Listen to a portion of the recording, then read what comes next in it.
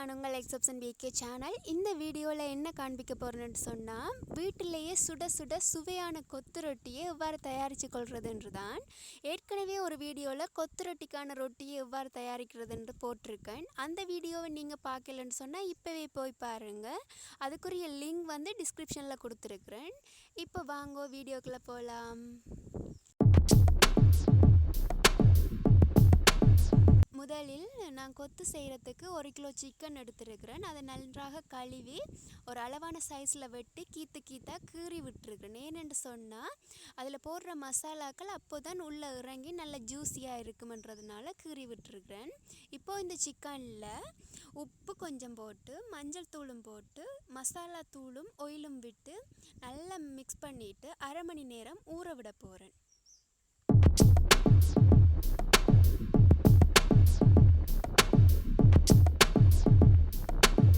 இப்போது இந்த சிக்கன் அரை மணி நேரம் நல்லா ஊறி இருக்குது. இனி இந்த சிக்கனை என்ன செய்யணும்னு சொன்னால் கொஞ்சம் தண்ணி விட்டு அவிச்செடுக்கணும்.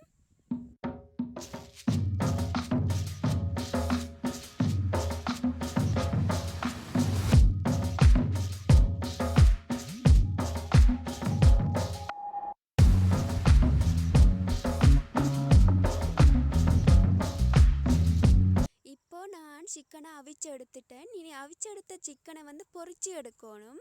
பொரிச்சு எடுத்து அதை கொத்துக்குள்ளே போட்டு சாப்பிட்டா தான் நல்ல ஸ்பைசியாக இருக்குன்றதுனால பொரிச்சு எடுக்கிறேன்.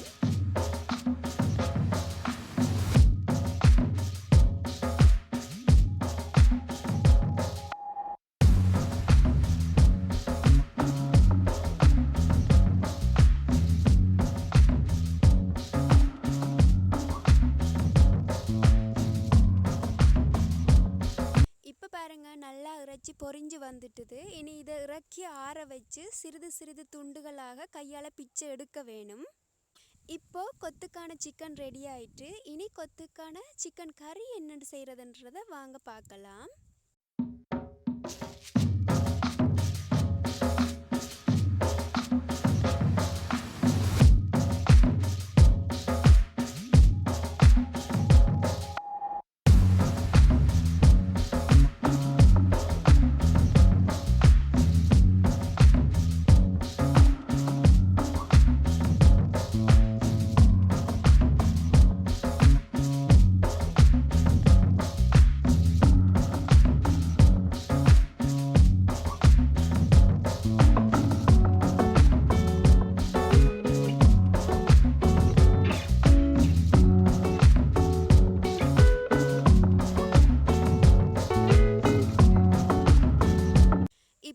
சிக்கனும் ரெடி ஆகிட்டு, சிக்கன் கறியும் ரெடி ஆகிட்டு. இனி கொத்து எவ்வாறு தயாராகுதுன்றதை பாருங்கள்.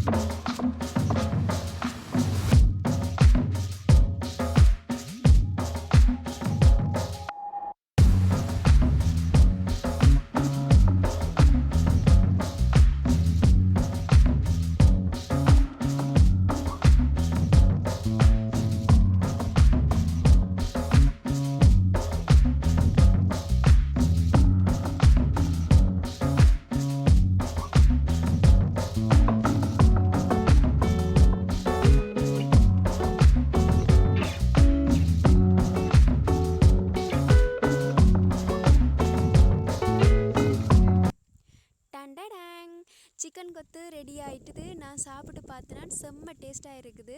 அதாவது பொதுவாக இலங்கையின் சிக்கன் கொத்து என்று சொன்னாலே அதுக்கு வாயுறாத ஆக்கள் யாருமே இல்லை. அவ்வளோ டேஸ்டியாக ஸ்பைஸியாக இருக்கும். இதே மாதிரி நீங்களும் வீட்டை ட்ரை பண்ணி பாருங்கள், கட்டாயம் உங்களுக்கு பிடிச்சிருக்கும்.